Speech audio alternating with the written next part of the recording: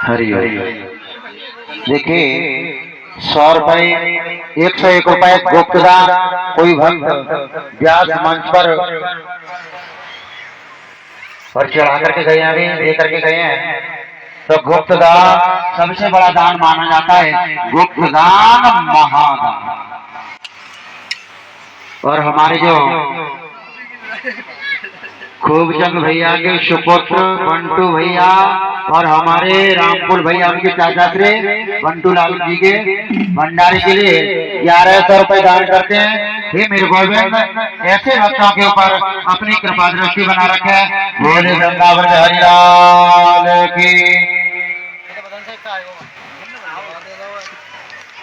सुखदेव जी कहते हैं राजन, यहाँ भीमसेन से बर्दाश्त नहीं हुआ।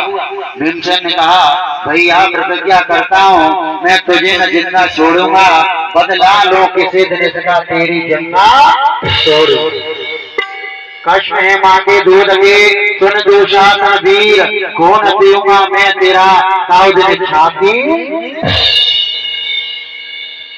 ये कथा तो अपार है, लेकिन सुखदेव जी कहते राजन मुझे कथा याद आती है। भगवान का एक नाम है दीनबंधु। परीक्षा ने प्रश्न कर दिया, भगवान ऐसा कौन सा दीन है जिसके ऊपर भगवान ने कृपा बरसाई। सुखदेव जी कहते राजन ऐसा दीन वो है जिसका नाम है सुदामा।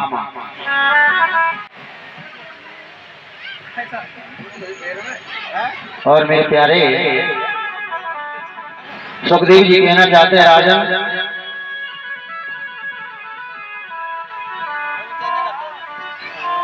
ये सुदामा है, सुदामा का वर्णन भागवत के अंदर बहुत कम है,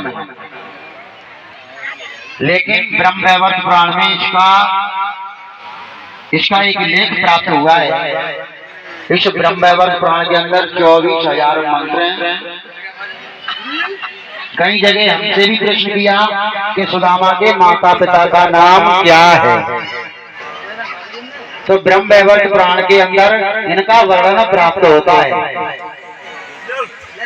एक सुंदर श्लोक है, आत्मा राम पिता तस्य करजरे बसते दुर्गम, सुमति तस्य माता से हरि भक्त परायण।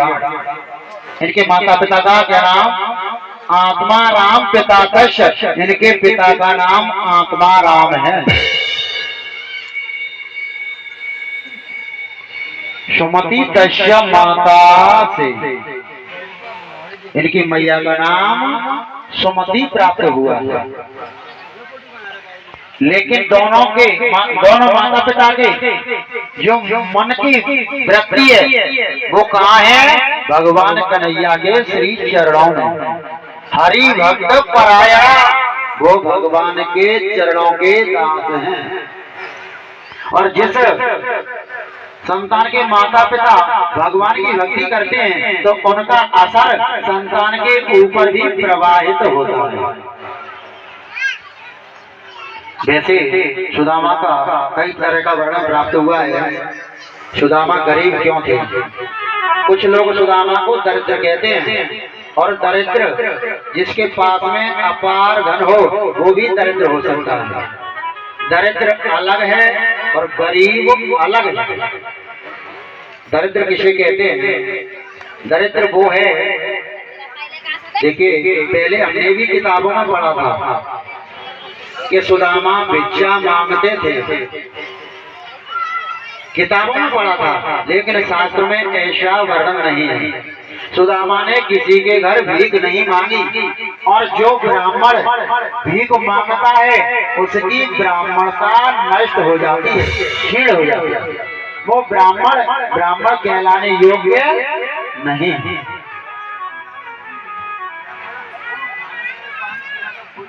सुखदेव जी कहते राजन, भागवत में तो ऐसा वर्णन प्राप्त हुआ है, कृष्ण शियाशीर शखा कश्यदा ब्राह्मणों ब्रह्मवित्तम, ब्राह्मणों में सर्वश्रेष्ठ ब्रह्मवित्तम। ब्राह्मणों में सर्वश्रेष्ठ ब्राह्मण है तो वो कौन है? सुदामा। क्यों? भगवान का सत्संग करता, उसको सत्संग में जो प्राप्त हो जाता उससे ही अपने घर का संचालन करता। लेकिन हमारे जो कुछ गायकार होते हैं ना, उन्होंने तो एक गीत लिखा है, 10 घर मांग 20 घर मांगे तब चंदिया रोटी है, इन हमारे घर घर मांगत डोले किस्मत ऐसी खोटी है।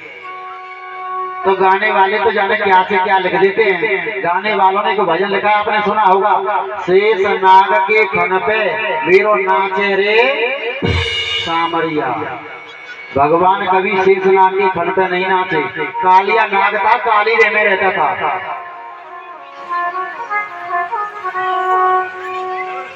बहना दिल ले गो मुरलिया बारो। भगवान ने किसी का दिल नहीं चुराया, भगवान ने चुराया है तो चित्त की चोरी की है और शब्दों का ही खेर है। लेकिन कलाकारों ने भगवान को इतना बदनाम कर दिया है जिसकी कोई हद नहीं। सुखदेव जी कहते, राजन अगर आज शास्त्रों की बात इस मंच से की जाए तो सुनने वाले खड़े होकर के अपने घर के लिए चले जाएंगे। इसलिए सब कुछ लेकर के चलना पड़ता है। श्रोताओं को रिझाना ये भी एक कला है। तो सुखदेव जी कहते हैं, संतों की सत्संग संगति